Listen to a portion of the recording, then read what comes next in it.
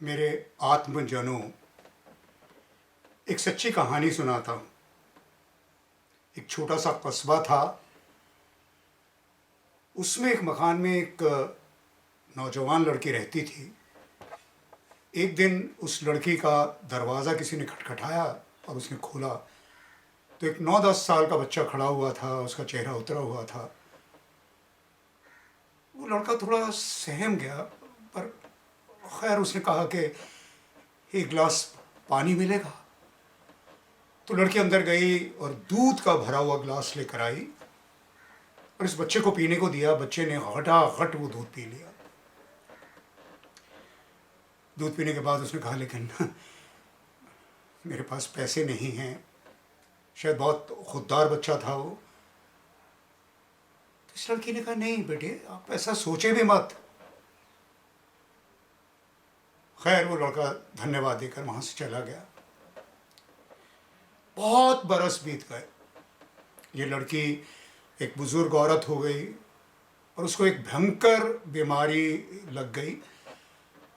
आजकल आप समझते हैं किस तरह की बीमारियां होती है, भयंकर बीमारियां जिसका कोई इलाज नहीं था। तो वो बहुत बहुत दुखी थी, बहुत दर्द में थी, बहुत पीड़ा में थी। तो लोगों ने उसे समझाया कि तुम शहर चली जाओ। तो शहर में बहुत अच्छे अच्छे डॉक्टर्स हैं, हॉस्पिटल हैं, तुम्हारा शायद कोई इलाज हो वहाँ। खैर वो शहर आ तो गई और एक हॉस्पिटल में गई तो उन्होंने देखा तो उन्होंने कहा, नहीं ये तो कोई लाइलाज बीमारी है। लेकिन उन्होंने डीन को बुलाया। तो डीन ने इस महिला को देखा और कहा कि अब इस बीमारी का इलाज तो नहीं है, लेकिन मैं कोशिश करना चाहता हूँ।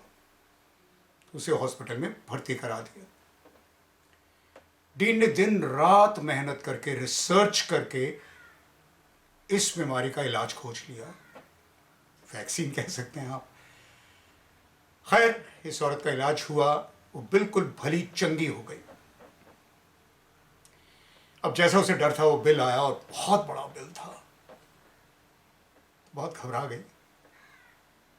उसने डीन को एक खत लिखा कि मैं एक गरीब औरत हूँ, लेकिन मेरी नीयत अच्छी है। मैं धीरे धीरे करके अस्पताल के सारे पैसे पहुंचा दूंगी, कैसे भी। थोड़ी देर बाद बिल वापस आया। उसके नीचे एक नोट लिखा हुआ था और उस पर लिखा था, fully paid with a glass of milk. यानी 9 साल के उस बच्चे को जो आपने दूध पिलाया था, उसने सारा आपका बिल चुका दिया। तो समझने की बात यह है कि हम जो कायनात को देते हैं वो कई गुना हमारे पास लौट कर आता है। और लेसन नंबर 2, लाइफ में just be more kind, loving and caring.